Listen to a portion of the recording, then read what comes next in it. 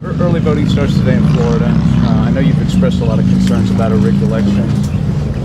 Governor Rick Scott's a big supporter of yours. He appoints the Secretary of State here. Are you confident that the election in Florida is going to be fair? Well, I hope so. I think so, and I hope so. And I believe Florida is in pretty good shape. I think a lot of other places in the country certainly aren't. But we do have a rigged system with the media the way it is and with all of the things happening. I'm just leaving the farmers, and you hear what's happening to them. They're being decimated by the EPA. We have a rigged system. We're in a rigged system. There's no question about that. I know you've mentioned the Pew study about dead people on the voter rolls Yes. and things like that. The guy who wrote the study I saw this week said, and I've read the study, those things do exist, but there wasn't any evidence of fraud in the study. What's your concern based on that study? Well, then I don't know why he wrote the study. They also say that you have 2,800 people that are registered in 2 states. So you say, why are they registered in 2 states? You know, and they also say you have 24 million people that are improperly registered. So there's a lot of people that we're talking about. I noticed you were saying that you thought the polls were part of the rigged system. Oh, I do, totally. I think the polls are absolutely part of the rigged system. I mean, they do polls and they poll Democrats, and then when you're behind, it looks bad.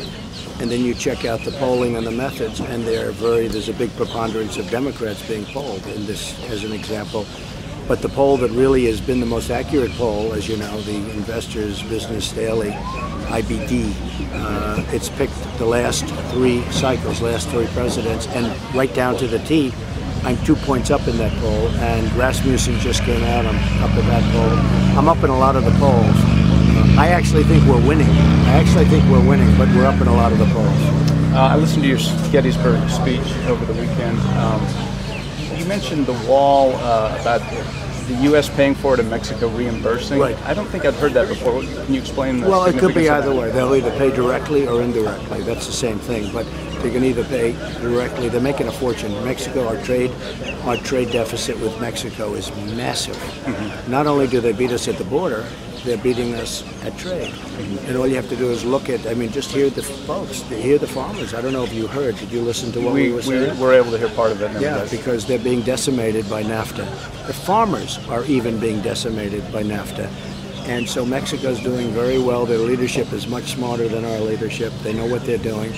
But we've got to stop it. It's got to be a 2-lane highway. It's got to be one going, one coming back. Right now, our money, our jobs, our plants, our factories, they're all going to Mexico and other places. And it's got to be fair trade. It can't be this any longer. It's got to be fair trade. We cannot continue to lose our jobs. You also mentioned in the Gettysburg speech that you're planning to sue these women that have accused you after the election. Are you planning to sue them individually, like separate lawsuits? Well, we'll see. But these were made-up lies. This is total fabrication, just made-up lies. I'm talking about jobs. I'm talking about ISIS. I'm talking about so many other things. But in that case, they're just made-up lies and fabrication. So we'll do what we have to do at the right time. If you win the election, how are you going to juggle that with the transition and all the other stuff? We're going to see. We're going to do a lot of things, but we're going to win the election. We're winning right now.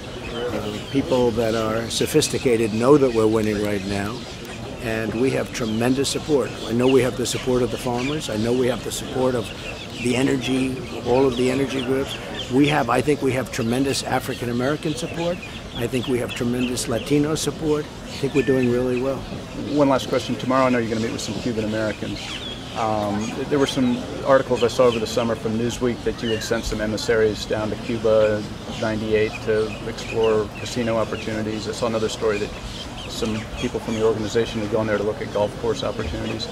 Is that a violation of the embargo? No, because I don't even know who went. I'm hearing this for the first time, but I'll check that and I would certainly get back to you. I know that Cuba wants us to be there, but I think the deal with Cuba right now is a terrible deal, so I wouldn't want to go until the proper deal is made.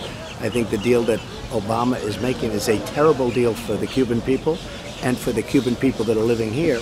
And I wouldn't want to do anything with Cuba. That's why I've never done anything with Cuba.